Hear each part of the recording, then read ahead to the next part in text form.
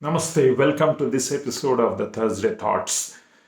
A lot of things are happening since last 1 week since we last met in this particular episodes of Thursday Thoughts. Like India knocked out of the T20 World Cup, and the whole country, whole of India, the youngsters especially, are disappointed, and all cricket lovers, all sports lovers in the country are disappointed with the show. And many more things have happened, but I think let us discuss something more serious today. 3 days from today, that is on Sunday, the 14th of November, as we all know, whole of India is going to celebrate the Children's Day as a mark of respect towards the first Prime Minister, the legendary Pandit Jawaharlal Nehru, on his birthday. So Children's Day is going to be there on 14th of November. But in addition to that, not many of us know, I am sure, that 14th November is observed all over the world, and more so on the health organizations, among the health organizations, as World Diabetic Day. Yes, 14th November is observed all over the world as the World Diabetic Day. As we all know, diabetes is a disorder. Basically, it's a metabolic disorder in the human body, and it is the giant killer. It has got the maximum number of patients, and it is threatening alarmingly, wreaking havoc in the health system of the whole globe. Then why on 14th November it is observed as World Diabetic Day? Exactly a century ago, somewhere around 1921, a gentleman named Frederick Grant Banting of Canada, Ontario, he was born on 14th November 1891. And exactly a century ago, he wanted to do something about this particular disease, because people who had a problem of high sugar levels were not lasting more than 1 year. Maximum 1 year was the lifespan after they were detected to have all the symptoms of diabetes. He was disturbed and he wanted to do something. So he, along with one of his colleagues, MacLeod, they discovered, they are known as the co-discoverers of the medicine which is known as insulin. And after it was invented or discovered, the lifespan of all insulin dependent diabetics increased. Till that time, insulin was not in use, and people were dying like nine pins, if I may say so. So, and they went on to win the Nobel Prize in Physiology or Medicine in 1923.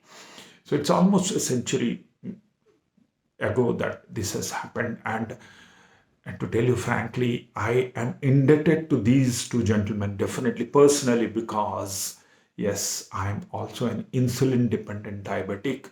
And since how long? Since June 1989. For the last 32 years, I've been taking insulin injections. And look at me, quite healthy, is it not? Yeah, it's possible to live life, lead almost a perfect life. I won't say I'm a role model for all the diabetics, but I think I'm enjoying my life because there is something known as insulin, because I'm able to inject insulin into my body to overcome the problems of diabetes or high sugar levels in my body. So this is a miracle that has happened. And I was told by one of my colleagues, who also incidentally happened to be an insulin dependent diabetic, he told, just imagine what would have happened had there been no insulin. So that apart, let us see uh, what all exactly happens when the sugar levels in the blood go up.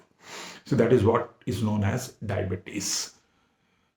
As you all know, when we eat anything for that matter, it can be starch, it can be carbohydrates, it can be fats, it can be proteins. Finally, they are broken down to what is known as glucose.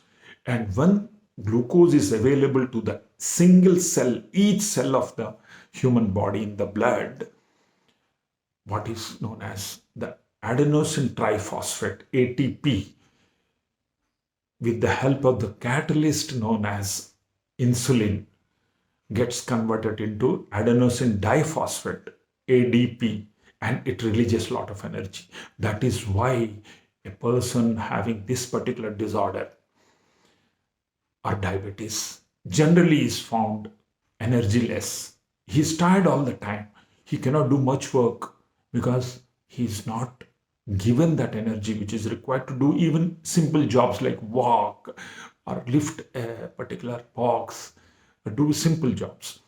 So what happens is when the sugar levels go up, this conversion doesn't take place because the human body, that particular patient, because of the malfunctioning of the metabolism in the body, you don't get the energy that is required, and the catalyst insulin is not available. To tell you, friends, this insulin is secreted in the human organ, namely the pancreas. And in the pancreas, we have got the islets of Langerhans, which are known as where the insulin is produced and secreted and sent across the whole body.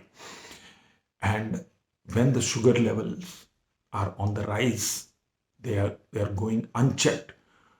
What happens is it's not a problem, it is not a disease, it is as if the floodgates for all other diseases are opened. You are at risk as regards to your eyesight is concerned. The first organ that gets affected is eyesight, what is known as the diabetic retinopathy. Retina, as you all know, in the layman's language, even I'm not an expert, definitely, kindly excuse me for my misinformation if there are any. Retina is like a white screen, and when the DR or diabetic retinopathy takes place, what happens is the blood vessels, the edges of the blood vessels, they split, and they spray blood stains onto the screen, and the screen becomes spotted. A lot of spots appear on the white screen. As a result, the vision is impaired, and at times, if it is not treated, if the sugar levels are not treated properly, it can become irreversible. You can lose your eyesight. So first thing is very important is get your diabetic retinopathy test if you are a diabetic regularly, minimum once a year. Secondly, the skin, the sensory organs, you lose the sensation in your phalanges, that is the tips of the toes or in the fingers. As a result, what happens is high blood sugar levels for a continued periods of long-term periods, you lose the sensation. So you will not know if you have a cut on your toes, on your leg, on your feet. So if you are a diabetic, make sure you check your feet very regularly. You apply what is known as the grease or such lotions on your feet, and you should make sure that you don't lose your sensory organs or sensation on your toes. So now sensation is the second victim. Third is kidneys, what is known as the nephropathy. As a result of high sugar levels in the urine, the filtering action of the kidneys also get affected. How long the kidneys can filter your sugar? As you know, a diabetic patient excretes urine which is high with sugar. You can see ants on your urine if you are a diabetic. So as a result, the kidneys also have a problem. So you have to check the kidney functioning test, or KFT as it is known as. So next we have got, even the heart will be having a problem. Your lungs may have a problem. The brain, as you all know, sugar is something like power supply to the brain. If you have wrong sugar levels or uncontrolled sugar levels, it will affect your brain functioning. And it happens when an insulin dependent diabetic takes insulin and he fasts for a longer time and he doesn't take his food in time, his sugar levels go very low. As a result, what happens is hypoglycemia takes place, and the patient will have a problem in the basic functioning of the brain. So he cannot do a normal work. He will behave like a mad fellow. And it has happened to me so many times. So there are, as I have told already, sugar or high sugar levels or diabetes is not a big problem. You can live with it. Look at me. I'm living for the last 32 years with insulin injections. But in case they are continuously high, the sugar levels are high, it can open the floodgates to all other problems. There are not a single organ left in your body which will not be affected. It is simple logic that blood goes everywhere, all parts of your body. If the blood that goes to all parts of your body is not as per the required sugar levels, it has a problem. So at risk is everything in your body and in your life. But don't worry, we have got insulin, and we thank these two gentlemen who have discovered insulin for us almost 100 years ago. So thank God, and I am alive today. I have to thank all my doctors who have looked after me way back in 1990s. Dr. Murdeshwar, Dr. M.K. Ahmed, Dr. Chidambar Dikshit, Dr. Thorad. There are so many. I am sure I'll be missing a lot of names, but thanks to them, I'm still alive today and I'm talking to you on diabetes, whereas they are the right people who will be talking to you. But I thought this is my moral obligation to talk to everyone about diabetes because it is the giant killer. It can kill maximum number of people of the humanity. And what all we can do to reduce the effect or reduce the increments of the diabetics is live a very healthy life, eat healthy, be active always, keep doing something, go for morning walks, go for cycling in the morning. Age is just a number, ladies and gentlemen.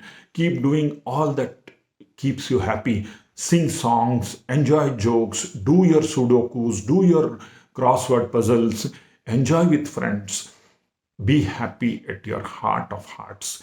That is where you can be happy and you can keep at bay this dreaded disease as diabetes. Thank you very much, ladies and gentlemen and friends. May God bless you.